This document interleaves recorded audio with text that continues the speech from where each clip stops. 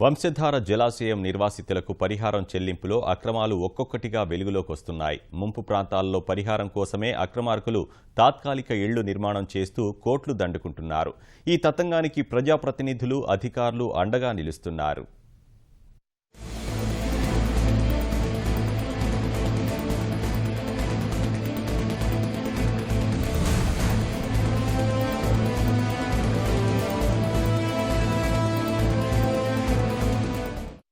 వంశధార జలాశయం నిర్మాణం వల్ల శ్రీకాకుళం జిల్లాలో చాలా గ్రామాలు ముంపుకు గురవుతున్నాయి. ఆయా గ్రామాల్లో ప్రజలు ఇళ్లను ఖాళీ చేసేందుకు ప్రభుత్వం పరిహారం నిర్ణయించింది. డాబా, పెంకుటిళ్లు, రేకుల ఇళ్లు, పశువుల పాక ఇలా ఒక్కోదానికి రోడ్లు, భవనాల శాఖ అధికారులు ధర నిర్ణయించారు. ఈ పరిహారంపై దళారుల కన్నుపడింది.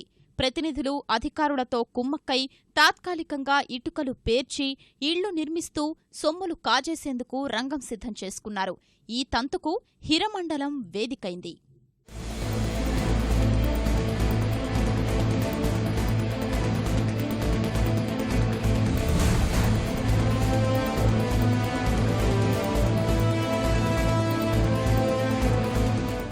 దుగ్గుపురానికి ఇంతవరకు ప్రభుత్వం ఎలాంటి పరిహారం చెల్లించలేదు. త్వరలో లబ్ధిదారులకు పరిహారం వస్తుందన్న సమాచారంతో అక్రమార్కులు ఖాళీ స్థలాల్ని కొని వాటిలో పిల్లర్లు లేకుండా తాత్కాలిక ఇళ్లు నిర్మిస్తున్నారు. వీటికి భారీగా సొమ్ములు చెల్లించేందుకు అధికారులకు దళారులు డబ్బులు పంచారు. ఇంకేముంది, సిమెంటు ఇటుకలతో నిర్మించిన గూళ్లకు సైతం అధికారులు భారీగా సొమ్ములు చెల్లించేందుకు అంచనాలు సిద్ధం చేశారు. దళారులు వచ్చి ఇక్కడ అక్రమంగా జబర్దస్త్ చేసి ఇల్లు కట్టేసిన వాళ్ళ కారణం వల్ల స్థానికులకి అన్యాయం జరిగిపోతూ దళార వ్యాపారాలకే ఎక్కువ అలో లక్షల లంచాలు కట్టేసి అక్రమంగా కట్టేసి డబ్బులు అమౌంట్ వేయించుకొని వెళ్ళిపోతారు. స్థిరస్థాయిగా జెన్యులుగా ఉన్న వాళ్ళ పరిస్థితులు మాత్రం చాలా ఆందోళనగా ఉంది. కానీ మధ్యలో వచ్చి డంబి ఇల్లు కట్టుకుని తోస్తే పడిపోయిన ఇల్లు కట్టుకుని వాళ్ళకి అమౌంట్లు వేసుకొని ఏదో విధంగా చేసుకుని వాళ్ళు ఇచ్చేసుకుంటారు. మేము పేదవాళ్ళం కాబట్టి మా పరిస్థితులు బట్టి మాకు ఎవరు ఏ గవర్నమెంట్ కూడా మాకు ఆదరించి మాకు అలా ఇచ్చిన డబ్బులు ఇస్తుంటారు తప్ప కానీ ఒక రూపాయి కూడా పెంచే ప్రసక్తి మాకు లేదు. అందులో నివసించడానికి కూడా పనికిరాదు. అలాంటిది వాళ్ళకి అవార్డులు చేసి అమౌంట్లు ఇప్పించి చేస్తుంటారు అధికారులు. అదే మా నిరుపేదలకి అడుగుకి మాకు ఇస్తుంది 1000 రూపాయలు, వాళ్ళకి అడుగుకి ఇస్తుంటారు 4000. ఇక్కడ ఈ డాంబికులు మాత్రం మాకు రానివ్వకంట మాకు అడుక్కి 1050 ఇస్తూ మరి ఇతర గ్రామాల్లో కట్టేటువంటి వాళ్ళకి అడుక్కి 4000 ఇచ్చారు. అయితే వాళ్ళు బంగారుతో కట్టారా, మేము మట్టితో కట్టమా, ఆ తేడా వ్యత్యాసం ఉందన్నమాట. రేట్లు కూడా వాళ్ళకి ఎక్కువ, మాకు తక్కువ. ప్రజాప్రతినిధులు, అధికారులు సైతం అక్రమార్కులతో చేతులు కలిపి పెద్ద ఎత్తున ప్రజాధనాన్ని కొల్లగొట్టేందుకు రంగం సిద్ధం చేశారని దగ్గుపురం వాసులు వాపోతున్నారు. ఓ మండల స్థాయి ప్రజాప్రతినిధి తన సోదరుల పేరుతో 25 లక్షల వరకు కాజేసేందుకు అంచనాలు వేయించుకున్నారు. అదే గ్రామానికి చెందిన ఓ అధికారి ఏకంగా 1/2 కోటి పరిహారంపై కన్నేశారు. వీరందరికీ త్వరలో పరిహారం అందనుంది.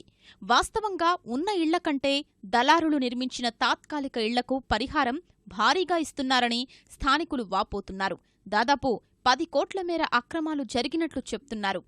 ఇల్లు బాగా కట్టుకున్నాము, ఏళ్ళగవుతుందని తెలియదు. ఇప్పుడు పనికి రాపోని ఇల్లుకి 10 లక్షలు 20 లక్షలు అయినారు. మాకు 3 లక్షలు 2 లక్షలే వచ్చినాయి. మేము ఎలా కట్టుకుంటాం ఇల్లు? మా ఇంటికి 2,10,000 వచ్చింది సార్.